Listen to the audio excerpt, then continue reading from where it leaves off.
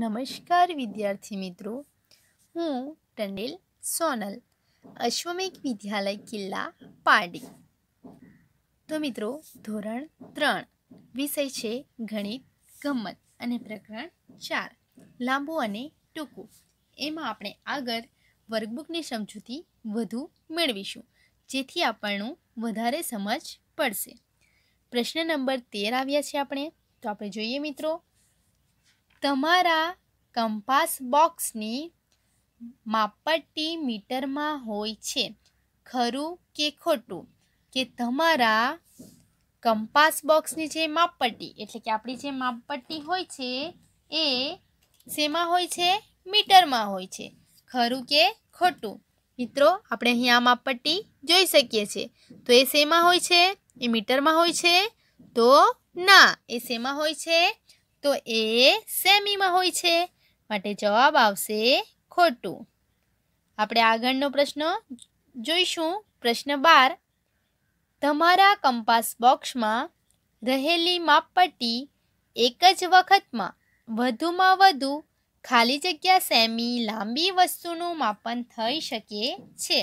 તો મિત્રો, આપણે આગળ પણ કીધું હતું અને આપણે માપપટ્ટીમાં જોઈએ તો માપપટ્ટીમાં વધારેમાં વધારે કેટલું માપન થઈ શકે છે? તો 0 થી લઈને 15 સુધી. 0 થી લઈને 15 સેમી સુધીનું માપન થઈ શકે છે.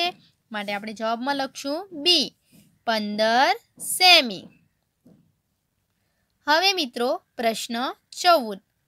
નીચે દોરેલી લીટીઓ માપપટ્ટીથી માપી તેની લંબાઈ સેમીમાં લખો. તો મિત્રો, કે લીટીઓ આ દોરી છે એની આપણે માપન કરવાનું છે અને એના આધારે આપણે એનો જવાબ લખીશું. તો આપણે જે પહેલી લીટી છે એનું માપન કરીશું. તો પહેલી લીટી છે આપણે 0 થી, ક્યાંથી આપણે સ્ટાર્ટ કરીશું? શરૂઆત આપણે 0 થી જ કરવાની રહેશે. તો 0 થી શરૂઆત કરતા લીટી અહીં પૂરી થાય છે. તો અહીં કેટલા આવે છે અંક મિત્રો? 3 સેમી. માટે જવાબ કેટલો આવશે? 3 સેમી. આ લીટીની લંબાઈ કેટલી થઈ? 3 સેમી. માટે આપણે જવાબ લખશું 3 સેમી. સાથે શું લખવાનું રહેશે મિત્રો? સેમી, કારણ કે આપણે સેમીમાં માપન કર્યું છે એટલા માટે. હવે છે બીજી લાઈનનું માપન કરશું. શરૂઆત આપણે 0 થી કરશું.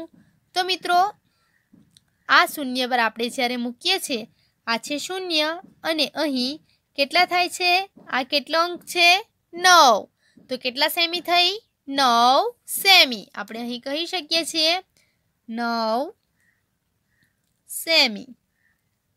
હવે ત્રીજી લાઈન, એનું માપન કરીએ આપણે. શરૂઆત ક્યાંથી કરવી? 0 થી કરવી. તો 0 થી લઈને આ છે 5 સુધી. 0 થી લઈને 5 સુધી. માટે જવાબ કેટલો આવશે? 5 સેમી. જવાબ આવશે 5 સેમી. આગળની લાઈન છે. તો 0 થી આપણે શરૂ કરીશું અને 12 સુધી. 0 થી લઈને આ અંક છે 12. મિત્રો, તમને માપપટ્ટી પર અહીં 12 દેખાઈ રહ્યા હશે. તો જવાબ આવશે 12 સેમી. જવાબ કેટલો આવશે? 12 સેમી. તો આ રીતે મિત્રો, કે જ્યારે પણ કે આવી લીટીઓ આપી હોય, કોઈ વસ્તુ આપી હોય, તો માપપટ્ટી વડે માપન કરવામાં કહેવામાં આવે તો આપણે શરૂઆત ક્યાંથી કરવી? તો શરૂઆત આપણે 0 થી કરવી અને જે તેની લંબાઈ હોય ત્યાં સુધી માપન કરવામાં આવે છે. તો આ પ્રકારે પણ પ્રશ્ન પૂછાઈ શકે છે. હવે મિત્રો, પ્રશ્ન નંબર 15. માપપટ્ટીનો ઉપયોગ કરતી વખતે વસ્તુનો એક છેડો માપપટ્ટી પરના ખાલી જગ્યા પર રાખવાથી લંબાઈ સરળતાથી માપી શકાય છે. પ્રશ્ન શું છે મિત્રો? કે માપપટ્ટીનો ઉપયોગ કરતી વખતે વસ્તુનો એક છેડો માપપટ્ટી પરના ખાલી જગ્યા પર રાખવાથી. ઓપ્શન છે 0 પર રાખવાથી, 15 પર રાખવાથી, 30 પર રાખવાથી કે 1 પર રાખવાથી. તો મિત્રો, 30 અને 15 તો નહીં આવે. 1 આવશે. આપણે ક્યાંથી માપન કર્યું? આ લીટીઓનું માપન કર્યું છે ને. તો માપન આપણે ક્યાંથી કર્યું મિત્રો? તો એ માપન આપણે 0 થી કર્યું છે. માટે જવાબ શું આવશે? શૂન્ય. જવાબ શું આવશે મિત્રો અહીં? શૂન્ય. તો આપણે અહીં લખીશું એ. અહીં લખીશું એ. જવાબ શૂન્ય.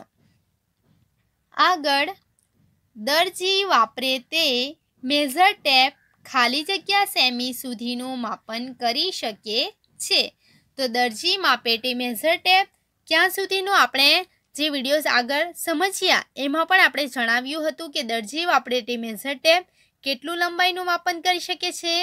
તો 250. જવાબ અહીં યાદ રાખવાનો રહેશે મિત્રો કે દરજી જે વાપરે મેઝર ટેપ એ 250 સેમીની હોય છે. માટે જવાબમાં ડી લખશું. તો આ રીતે કે અનેક અને જુદા જુદા પ્રશ્નો પ્રકરણ 4 લાંબુ અને ટૂંકુમાં આવી શકે છે, જે આપણે અહીં શીખ્યા અને વધારેમાં વધારે આપણે સમજૂતી મેળવવાનો પ્રયત્ન કર્યો. હવે મિત્રો પ્રશ્ન 17 છે એ તમારે આપણે આગળ જોયું જ છે પાઠ્યપુસ્તકમાં કે તમારા શરીરના વિવિધ અંગ માપી તેનું માપ લખો. કઈ રીતે તમે ચોક્કસ માપન કરી શકશો તે જણાવો. નાક તમારું કેટલા સેમી છે?